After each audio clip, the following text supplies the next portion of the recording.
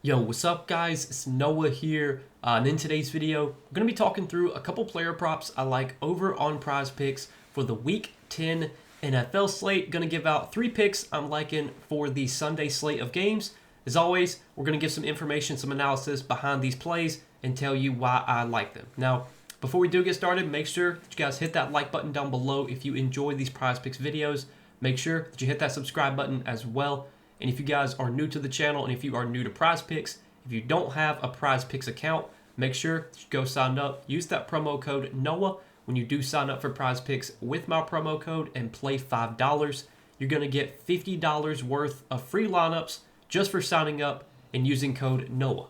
And we do also have a partnership with Sleeper, so I do want to give a quick shout out to Sleeper. If you guys don't have an account over on Sleeper, you can download the Sleeper app, use promo code NOAH over there, and you'll get your first deposit matched up to $100. You'll also get a free $20 entry. So Sleeper is going to give you a free $20 entry just for signing up and using code NOAH. That's no deposit required. So you get that free entry just for making an account. You don't even have to put any money in. So this is a win-win for you guys. It's a way for you to try out the Sleeper app without even having to make a deposit. Highly recommend you go check them out. Again, if you don't have an account on Sleeper, sign up and use code NOAH so that way you get that free entry along with your first deposit getting matched up to $100.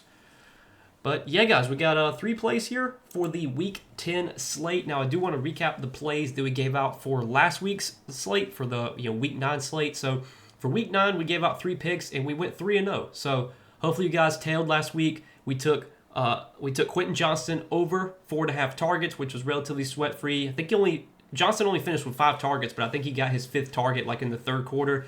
And then we took Bo Nix over fantasy score, that cashed. We took Ashton Jeanty over fantasy score, that cashed. So 3-0 on our NFL plays for last week, guys. Let's try and replicate that success, and hopefully we can go 3-0 again this week and make some money here. So let's talk through the plays I'm liking this week. First one that we're going to take a look at is going to be a targets prop. So on Prizepicks, you can take targets props, which is something that I definitely like to target because no pun intended, but target props are something I do like to target because they are niche markets. They're markets that not a lot of people bet, so there's a lot less data going into these lines, and these lines can definitely provide value. I don't think like any of the sports books do targets projections and props, but they're available on DFS apps. And the targets prop that I like for Sunday is Emeka Egbuka. We're going to take him for more than 8 targets. So Egbuka has been really, really good this year. Rookie wide receiver. He has been one of the better wide receivers, in the rookie class, if not the best wide receiver in the rookie class. He's definitely, he has a chance to win Offensive Rookie of the Year, this year, assuming he can stay healthy. He's been super consistent when it comes to getting volume. He's had at least 7 targets in every single game this season except for one. The one game he had, 4 targets against San Francisco. That was a game that Baker Mayfield had his fewest pass attempts in any game. I think Mayfield had like 23 pass attempts in that game against San Francisco, which again was the fewest that Mayfield has had in any game this year. Other than that, outlier game, Egbuka's had at least 7 targets in every game this season. He's had 9 and 12 targets his last 2 games. He is the clear alpha wide receiver 1 in this offense right now, especially with both Mike Evans and Chris Godwin injured. Those guys aren't playing right now. The 2 top targets, typically for Baker Mayfield are not playing right now. And you look at the other, you look at Egbuka's competition for targets. It's, an old Sterling Shepard, an old Sterling Shepard, who at this point in his career just not a guy that really earns a lot of targets. Tez Johnson, who has been solid this season. Tez Johnson definitely been a good rookie. Cade Otton at tight end. That's the other competition for targets. Then I guess like Rachaad White coming out of the backfield, he can catch passes. But without Godwin, without Mike Evans, without Jalen McMillan too, who's injured, this is just Egbuka's wide receiver. He's the clear top wide receiver in this offense. He's a guy that we should project for probably 8+ targets almost every single week. The matchup here against the Patriots, I don't think is like the best. Patriots have historically been a good defense. We'll probably see Christian Gonzalez shadow Egbuka here. Gonzalez is a solid corner, but I don't think he's a guy that I would really worry about, shutting down Egbuka. I think Egbuka is still going to get his volume. He might not be as efficient in this matchup. Like he might only have like 4 catches for 50 yards, but he could still get like 9 targets or 10 targets. And right now, if you actually look on Underdog, I think Underdog has Egbuka's targets prop set at like, I think they had his line at 9.5. I'm pretty sure. Let's see. Yeah, on Underdog, Egbuka's targets prop is set at 9.5. Now it is a little bit juiced towards the under. It's a 0.78x multiplier for the under there. But this line should probably be at least like 8.5 or if not 9 on Prizepicks. I think we're definitely getting some value here on Egbuka's targets prop. You look at his receptions prop, I think that line is set at 5 or 5.5. And if Egbuka gets 5.5 or 5 receptions, you would think he's probably going to have at least like 8 targets to get that many receptions. If you look at his game log this season, in games where he's had at least 5 receptions, he has had 7 targets, 8 targets, and that's it. Yeah, so he's only had 5 receptions in 2 games this year, but the sportsbooks are favoring him to get 5 receptions this week. So that kind of shows you he's projected to get some receptions in the spot. He's projected to get some volume.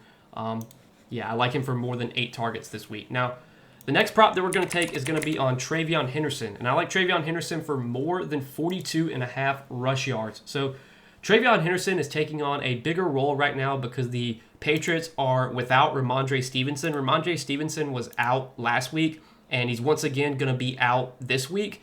And if we look at what TreVeyon Henderson did last week without Ramondre Stevenson, 14 carries for 55 yards, and then he did get some usage in the passing game, 6 targets, 4 catches for 32 yards. But obviously, we're betting on rush yards here, and it was great to see it was great to see Henderson get 14 carries last week.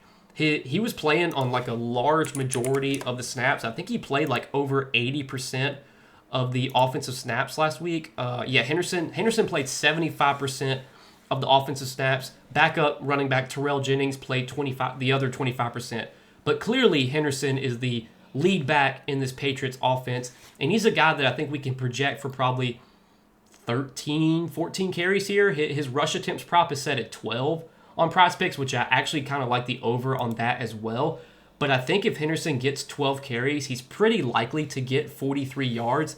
And I could definitely see a scenario where he only gets maybe 10 or 11 carries, but still gets 43 yards because he's been a pretty efficient running back so far this season. Henderson has averaged, he's averaged over 4 yards per carry. Last week, averaged 3.9 yards per carry last week against the Falcons. This matchup against Tampa Bay, it's not the greatest. Like, Tampa Bay has historically been a pretty tough team to run on. If you look so far this season, the Buccaneers, they are giving up the 4th fewest rush yards to running backs.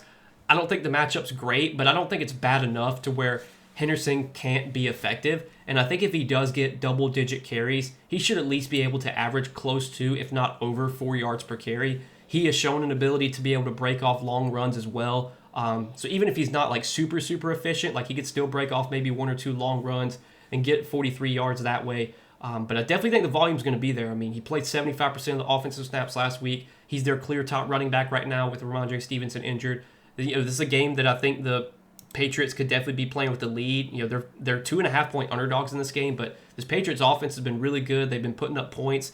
If they're playing with the lead, if we get that type of game script, that's obviously going to favor TreVeyon Henderson. But I definitely like Henderson for more than 42.5 rush yards here. Just think the role that he's got right now without Ramondre is really, really good.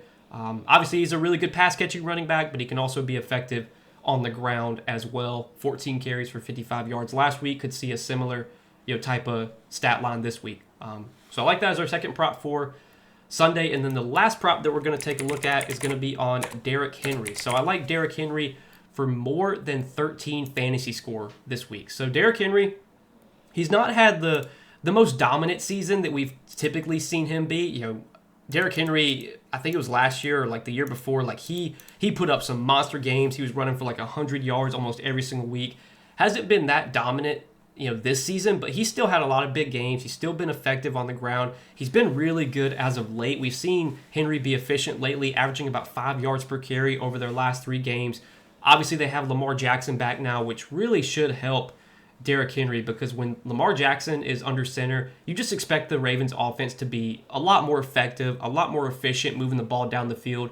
The Ravens are going to be in scoring position a lot more with Lamar at quarterback than anyone else. Cooper Rush, Snoop Hundley, whoever else they would have under center. So I think this is definitely a spot where we're going to see the Ravens be able to move the ball down the field and put up points like they typically do when they have Lamar. It's a decent spot against Minnesota. Minnesota's defense has definitely been much more beatable on the ground. Teams have been much more willing to run on Minnesota than throw on Minnesota. You look this season, Minnesota's given up like the fewest. I think they're giving up like the fewest receptions, fewest targets to wide receivers. Fewest targets, fewest receptions. Sixth fewest receiving yards. Like Minnesota's been pretty stout against the pass. They've been a little bit more susceptible against the run.